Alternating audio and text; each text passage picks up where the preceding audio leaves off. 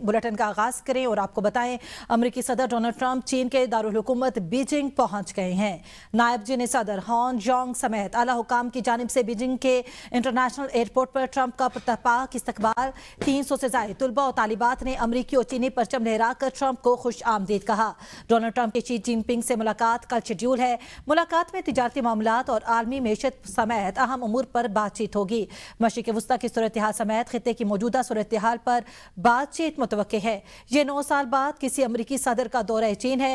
इससे कबल 2017 में सदर ट्रंप ने ही चीन का दौरा किया था। चीन ने अमेरिका के लिए 4 सुर्ख लकीरें खींच दी। डोनाल्ड ट्रंप की चीनी हमनसब से मुलाकात से पहले सख्त पैगाम जारी। चीनी सफारत खाने के मुताबिक ताइवान जमहूरियत और इंसानी हकूक, सियासी निज़ाम और चीन के तरक्याती हकूक ऐसे मामलात हैं जिन पर कोई समझौता नहीं होगा। ताइवान चीन के बुनियादी मफादात का मरकज है। अमेरिका को अपने वादों की पासदारी करना होगी। अमेरिका और ताइवान के दरमियान किसी भी किस्म के फौजी ताल्लुकात को बीजिंग कबूल नहीं करेगा। बाहमी एहतराम, पुरअमन और बाहमी ताल्लुकात और मुश्तरका मुफाद ही दोनों ताकतों के ताल्लुकात का दुरुस्त रास्ता है। फिलिपाइन के सेनेट हॉल में फायरिंग। खबर एजेंसी के मुताबिक 1 दर्जन से जायद गोलियों की आवाजें सुनी गई। हुकाम की लोगों को जान बचाने के लिए महफूज मकामात की जानिब भागने की हिदायत। गैर मुल्की मीडिया रिपोर्ट्स के मुताबिक पुलिस, मैरीन्स और सेनेट सिक्योरिटी एहलकार इमारत के बाहर पहुंच गए। फायरिंग से मुतालिक मजीद तफसीलात सामने नहीं आई हैं। हेटी के दारुल हुकूमत पोर्ट ओ प्रिंस में जराइम पेशा ग्रोहों के दरमियान शदीद झड़पों के बाद साइट सोवेल इलाके में सूरत हाल कशीदा हो गई। तशद्दुद के बायस अस्पताल में तिब्बी सरगर्मियां मुअत्तल। तंजीम के मुताबिक फायरिंग के दौरान आवारा गोलियां अस्पताल के अहाते में भी लगी। इदारे का कहना है कि अस्पताल में मौजूद मरीजों और बेघर अफराद को महफूज मकामात पर मुंतकिल किया गया है।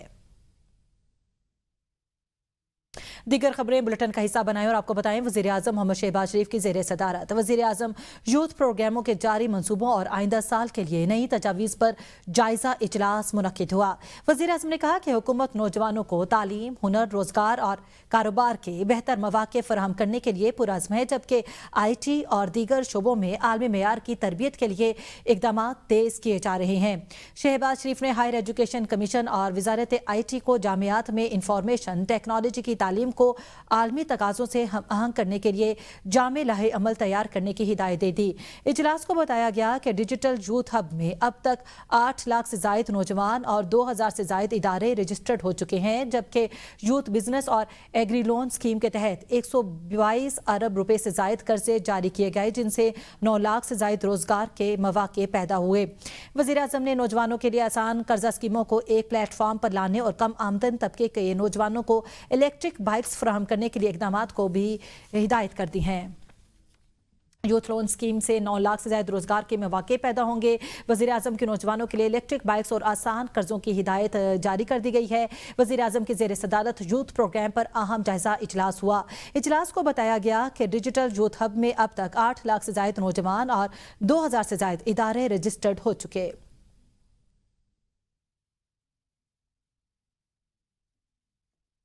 इस्लामाबाद में 12 अरब रुपए के मुबैना पेट्रोल इन्वेस्टमेंट स्कैंडल में नए तहलका खेज इंकशाफात सामने आने लगे। ABN न्यूज़ की तहकीकात में ओवरसीज पाकिस्तानियों के अरबों रुपए भी इस मुबैना नेटवर्क में फंसने का इंकशाफ हुआ है। मुतासरीन के मुताबिक उन्हें बड़े पेट्रोल पंप्स मुनाफा बख्श प्रोजेक्ट्स के तौर पर दिखाए जाते थे।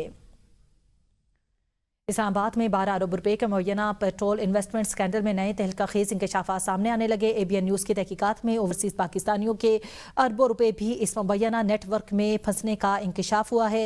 मुतासरीन के मुताबिक उन्हें बड़े पेट्रोल पंप्स मुनाफा बख्श प्रोजेक्ट्स के तौर पर दिखाए जाते थे। इस्लामाबाद से ज़िमान मुगल की रिपोर्ट।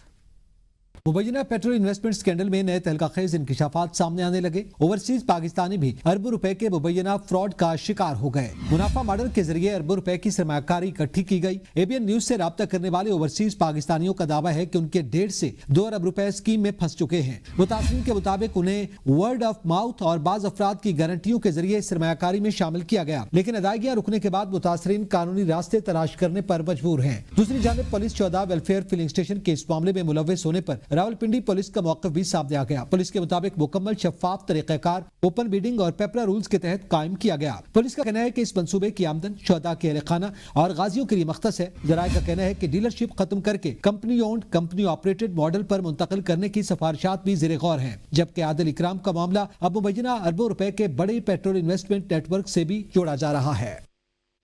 आगे बढ़ें और आपको बताएं, कौमी असेंबली इजलास में नेट मीटरिंग पॉलिसी में तब्दीली से मुतालिक तवज्जो दिलाओ नोटिस पर विफाकी वज़ीर तवानाई अवैस लगारी ने इजहार ख्याल करते हुए कहा कि इस मामले पर 1 साल तक तफसीली बहस और मुशावरत की गई है। विफाकी वज़ीर ने ऐवान को बताया कि 2017 और 18 में नेट मीटरिंग रेगुलेशंस का आगाज़ मौजूदा हुकूमत ने ही किया था, ताहम वक्त के साथ इन ज़वाबित में मुतअद्दिद तब्दीलियाँ की गईं। उन्होंने कहा कि गुज़श्ता 3 से 4 बरसों में पाकिस्तान में नेट मीटरिंग के शोबे में एक इनकलाब आया है और मुल्क में सोलर पैनल्स की मजमूई इस्तेदाद 23 से 24,000 मेगावाट तक पहुँच चुकी है। हुकूमत ने रेगुलेशंस में नज़रसानी ज़रूर की, लेकिन पहले से मौजूद नेट मीटरिंग सार्फिन की किसी शर्त या मुआहदे में कोई तब्दीली नहीं की गई। IMF वफ्द और हुकूमती टीम के दरमियान मुज़ाकरात में पाकिस्तान की मौशी टीम की जानिब से IMF टीम को तरसीलाते ज़र बढ़ाने के लिए रिलीफ पैकेज हर तफसीली ब्रीफिंग दी गई। ज़राए के मुताबिक IMF को बताया गया कि साल 2025 में तरसीलाते ज़र $40 अरब मौसूल हुई। हुकूमत ने तरसीलाते ज़र बढ़ाने के लिए इंसेंटिव बेस रकम मुख्तस की थी। $100 की तरसीलाते ज़र भेजने पर 35 रियाल की ट्रांजैक्शन फीस 35 रियाल से कम करके 25 रियाल की गई, जिसके बाद $100 को भी बढ़ाकर $200 की तरसीलाते ज़र भेजने पर 25 रियाल फीस स्टेट बैंक ने अदा की। ज़राए का कहना है कि साल 2025 में इंसेंटिव बेस तरसीलाते ज़र के लिए 200 अरब रुपए की रकम खर्च की गई।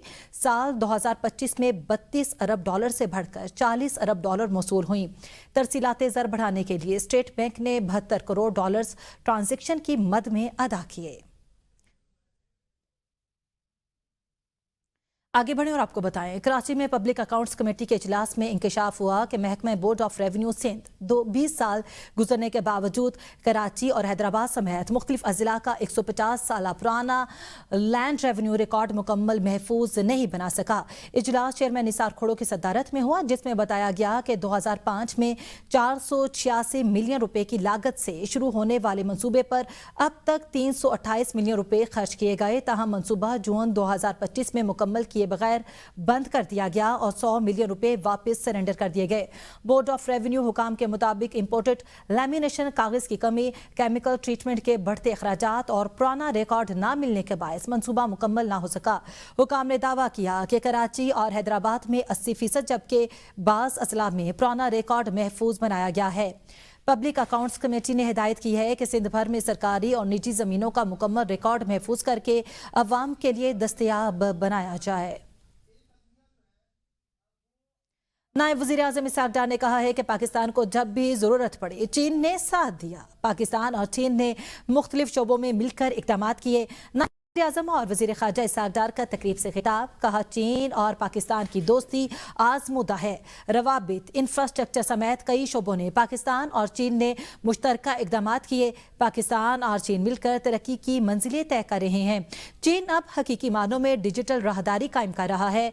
तालीम, सेहत, मौसमियाती तब्दीली जैसे शोबों में चीन के साथ मिलकर काम कर रहे हैं। पाक चीन डिजिटल राहदारी से ताउन और रोजगार के नए मौके पैदा होंगे।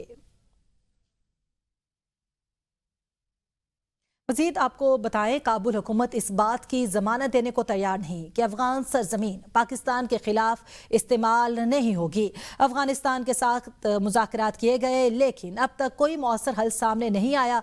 कौमी असम्बली में गुफ्तगू करते हुए ख्वाजा आसिफ ने कहा, यह किसी एक सूबे का नहीं बल्कि पूरे पाकिस्तान का मसला है। इसे सूबाई रंग ना दिया जाए। फाटा से मुताल्लिक किए गए वादों पर मुकम्मल अमल नहीं हो सका, ताहम जायजा मुतालबात माने जाएंगे और रिलीफ के दरवाजे खुले हैं। अरकान को मुखातिब करते हुए कहा कि पाकिस्तानियों का खून बह रहा है, इसलिए कौमी इत्तेहाद और संजीदा हिकमत अमली नागुज़ीर है।